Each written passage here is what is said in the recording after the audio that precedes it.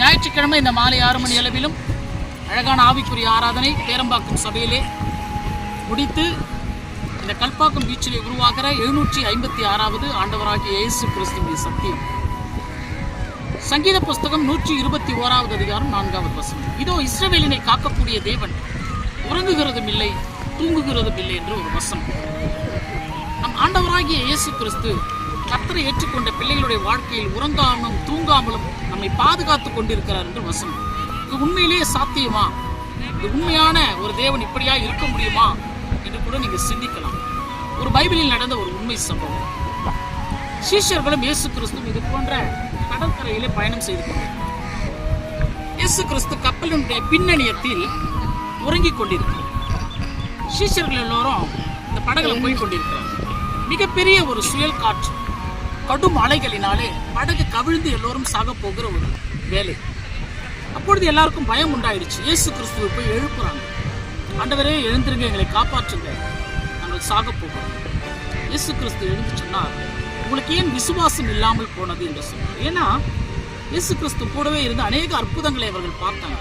மரித்தவனையே உயிரோடு எழுப்பியிருக்கிறார், முடவனை நடக்க செய்திருக்கிறார், சப்பானியை ஓடச் செய்திருக்கிறார், குருடனை பார்வையடைய செய்திருக்கிறார், 12 வருடம் உள்ள பாடுள்ள ஸ்திரீ உதிரைப்போக்கு நிற்காத வியாதிகளை சுகப்படுத்தியிருக்கிறார், அநேக குஷ்டரோகிகளை சுகமாக்கியிருக்கிறார். இவ்வளவு அற்புதங்களை பார்த்து கொண்டிருந்த சீஷர்களால் இயேசு கிறிஸ்து நம்மளை இது போன்ற இந்த கடல் அலைகளினால் நம்மளை சாகடிக்க விட்டுருவாரா என்று சொல்லி அவர்களுக்கு பயமே வந்திருக்க கூடாது. ஏன்னா கூடவே இயேசு கிறிஸ்து இருக்கிறார். ஆனாலும் அவர்களுக்கு பயம் உண்டானது வாழ்க்கையில். அதனால்தான் தேவனாகிய கர்த்தர் உங்களுக்கு ஏன் விசுவாசம் இல்லாமல் போனது என்று சொல்லி அந்த காற்றையும் கடலையும் அதட்டி அந்த இடத்துல அமைதியை உண்டாக்கி அவர்களை காப்பாற்றினார். அப்போ உண்மையான ஒரு ஒரு ஒரு கப்பலில் போயிட்டு மீன் பிடிக்கக்கூடியவர்களை நீங்கள் கேட்டு பாருங்க. ஒரு கப்பல் முதலாவதாக அது மூழ்கும் பொழுது, அது பாதிக்கப்படும் பொழுது கப்பலினுடைய பின்னணியம் தான் முதலாவது பாதிக்கப்படும். அந்த பின்னணியத்தில் தான் வசனம் தெளிவாக சொல்லுகிறது, இயேசு கிறிஸ்து உறங்கிக் கொண்டிருந்தார். அப்போ பாதிப்பு எங்கே தொடங்குமோ அங்கே தேவன் இருக்கிறார். வாழ்க்கையிலே அவரை தாண்டி தான் அந்த பாதிப்பு அவர்களுக்கு வந்திருக்க முடியும். ஆனால் அவர்களுக்கு விசுவாசம் இல்லாமல் போனதினால் பயம் வந்தது. கர்த்தருடைய பிள்ளைகளாகி நாம் எதிர்காலங்களை நினைத்து நிறைய நேரத்தில் பயப்படுவோம். நம்ம என்ன பண்ணுவோமோ, நம்மளுடைய பிள்ளைகள் என்ன ஆகுமோ, நம்ம எப்படி இந்த கடன் பிரச்சனையிலிருந்து மீண்டு வருவோமோ, எப்படி வாழ்க்கையில் நம்ம மனைவி பிள்ளைகளை நம்ம கரை சேர்ப்போமோ என்று ஒரு பயம் இருக்கலாம்.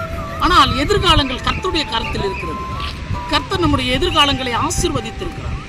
யோபினுடைய முன்னிலைமையை பார்க்கிலும் அவனுடைய பின்னிலைமை ஆசீர்வதிக்கப்பட்டது என்று வசனம் சொல்லுகிறது.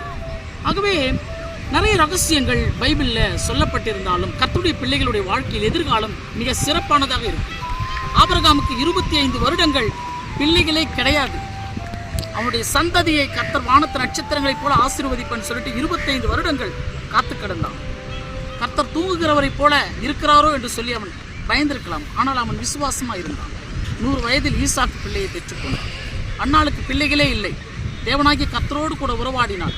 சந்ததியே இல்லாமல் போயிடுமோன்னு சொல்லிட்டு தேவாலயத்தில் தினமும் அழுது கொண்டிருந்தாள். கர்த்தராகிய தேவன் அவர்களுக்கு சாமுவேல் என்ற தீர்க்கதரிசியை கொடுத்தார்.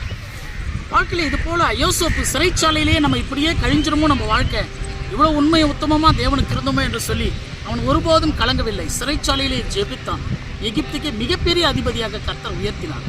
இது போல வாழ்க்கையில் எவ்வளோ பேரை சொல்லலாம். யாக்கோபு என்பவன் 20 வருடங்கள் தாய்மாமா வீட்டில் ஆடு மேய்த்து கொண்டிருந்து தாய்மாமா வேலை ஏமாற்றப்பட்டு அவன் வஞ்சிக்கப்பட்டான்.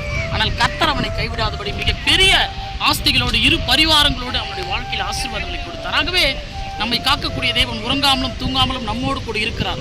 நீங்கள் பயப்படாதீர்கள், நம்மை ஆசீர்வதிப்பார், தொடர்ந்து வழி நடத்துவார் என்ற விசுவாச பயணங்களோடு இயேசு கிறிஸ்துவிடம் விசுவாசம் வைப்போம். கர்த்தர் அனைவரையும் ஆசீர்வதிக்கும்படியாக அடுத்த தேவ செய்திகளோடு நான் உங்கள் மெய்யான இயேசு சபையின் சகரியா சதீஷ்.